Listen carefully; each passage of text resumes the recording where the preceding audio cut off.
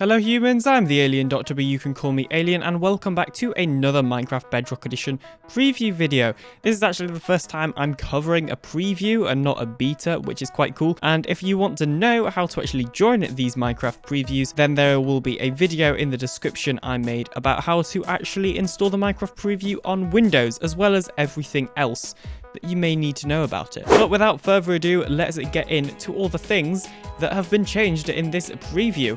And just a little spoiler alert, for the most part, in fact, pretty much everything from what I can tell is actually bug fixes. So yeah, nothing particularly too exciting. Now, on the other hand, you may of course know that in Minecraft Java Edition snapshots, of course, the Deep Dark and the Warden has been added and all of that sort of thing. Now, I'm not going to go particularly in depth about what this looks like, although I'm going to show you the Warden actually getting out of the ground because I find it quite cool.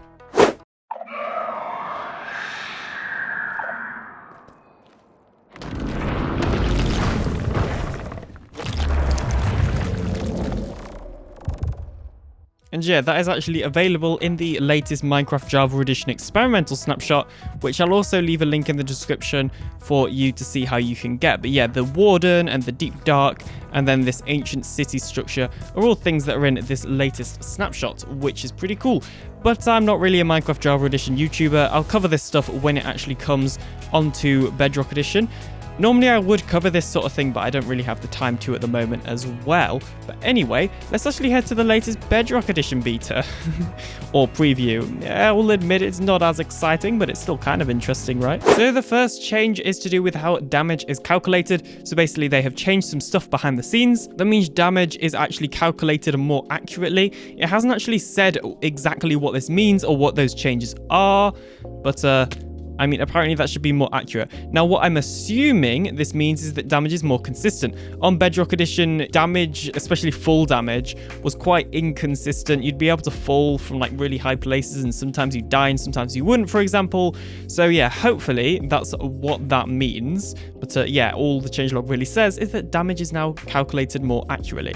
Now, I'd assume this next change is actually to go in partnership, I guess, with the one I just talked about. But basically, mobs have had their damage adjusted slightly accordingly for like each mode. So like hard mode, obviously mobs need to damage harder than easy, for example, and apparently that's actually been adjusted now. It hasn't given a list of what mobs or anything like that, so it's basically impossible for me to show you this change without doing an absolute ton of testing, which I don't really have the time for right now. So a change that is quite useful for a lot of creative players now, and that is that you can actually hold shift or just crouch to actually go down a ladder whilst in fly mode. So as you can see, obviously right now I'm in fly mode and I can go down this ladder, and that's the same with the scaffolding and the vines and anything else that I might have missed as well. So that's really useful for creative players. Originally it used to just hold you still, and that still happens if you're not flying like I am right now. It just holds you still when you try to crouch, but originally in fly mode it would do the same as well,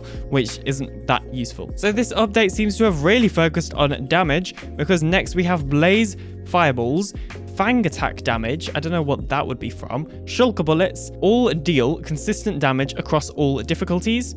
As well as that, small magma cubes do slightly more damage from 2 to 3 on normal. Spiders deal slightly less damage from 3 to 2 on normal. Baby zoglins deal slightly less damage from 1 to 0.5 on normal. And skeleton melee attack does slightly less damage from 3 to 2 on normal. As well as that, wolves deal slightly more damage from 3 to 4 on normal. Baby hoglins no longer attack players at all. And cows, pigs, and sheep and chickens will no longer spawn in the cold taiga biomes, which we probably haven't got nearby unless you can include that as a taiga biome.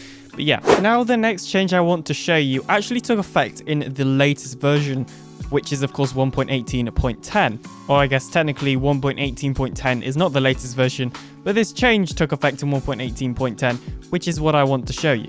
Now, as you can see, if you watch my Pinecraft series, then you'll know that I'm actually on the Pinecraft Season 3 SMP right now to show you this change, because it's a lot easier to show you on here. And it's to do with our mini blocks. And mob heads and player heads, or I guess technically not mob heads yet, but certainly player heads and mini blocks. And that is basically all custom blocks that use the new creator tools that have a custom geometry will no longer render. And that's right, this technically is not a bug. So despite it actually taking effect in the latest release, it's for some reason not on the release changelog, but it's on the preview/beta changelog. So as you can see, it says here, due to the engine limitations, Minecraft geometry data used for blocks with the holiday creator features, experimental toggle, are now restricted to only allow geometry in the 000 to 151515 space. Any blocks loaded from behavior packs that exceeds this limit will render as the info update block and show a content error in the log. Now this is quite silly because there are lots of vanilla blocks that actually go out of these bounds that clearly can't be causing the engine limitations. So there are many people that are confused why this change has happened. Now this change first started in 1.18.10, and as you can see right here, when I searched for that in the 1.18.10 changelog, it doesn't come up. And in the 1.18.11 changelog, it is also not here, although that was Switch only, and that's the same for the 1.18.12 changelog. So what's kind of confusing is this wasn't even added in the full release changelog. So technically, I'm not even sure if this should be in the game. Now, there is also a bug report on this, as you can see.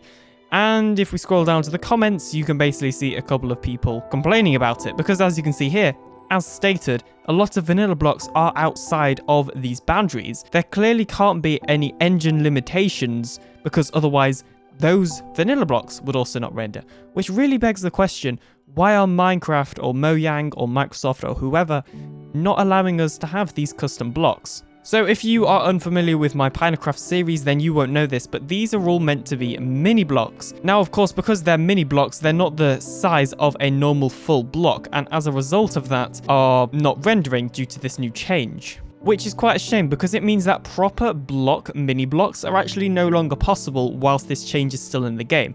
Now we can have entity mini blocks such as Foxy No-Tails pack, however, especially on a large multiplayer server like this, they cause a lot of lag as we found out last season, so entities aren't really an option for us.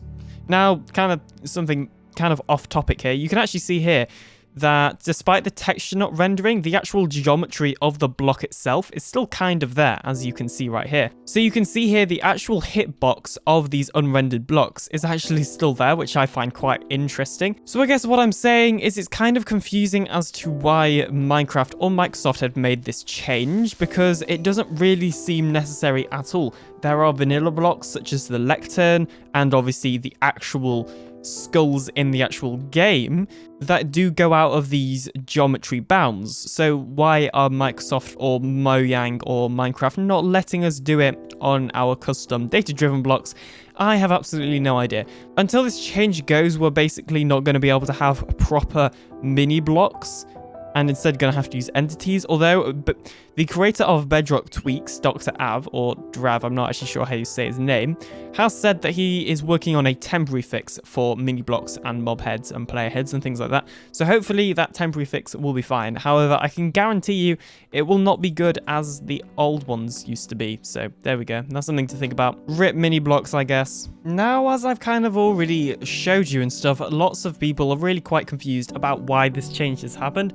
It seems like Minecraft are kind of giving us all of these really cool new features and stuff that we can do with add-ons, like being able to have the custom geometry blocks out of those bounds, and then suddenly removing them a couple of updates later.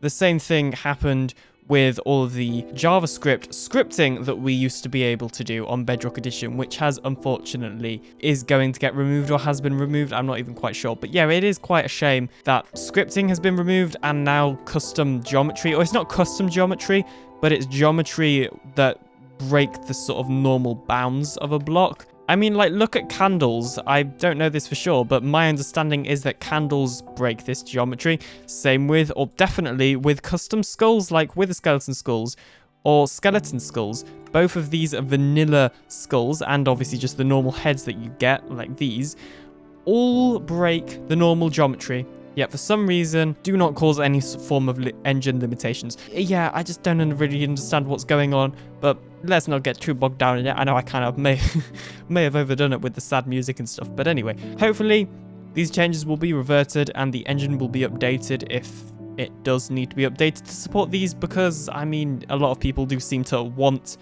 Minecraft to be able to support these custom geometries.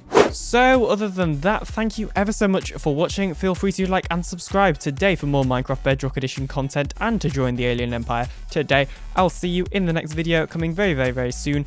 Bye.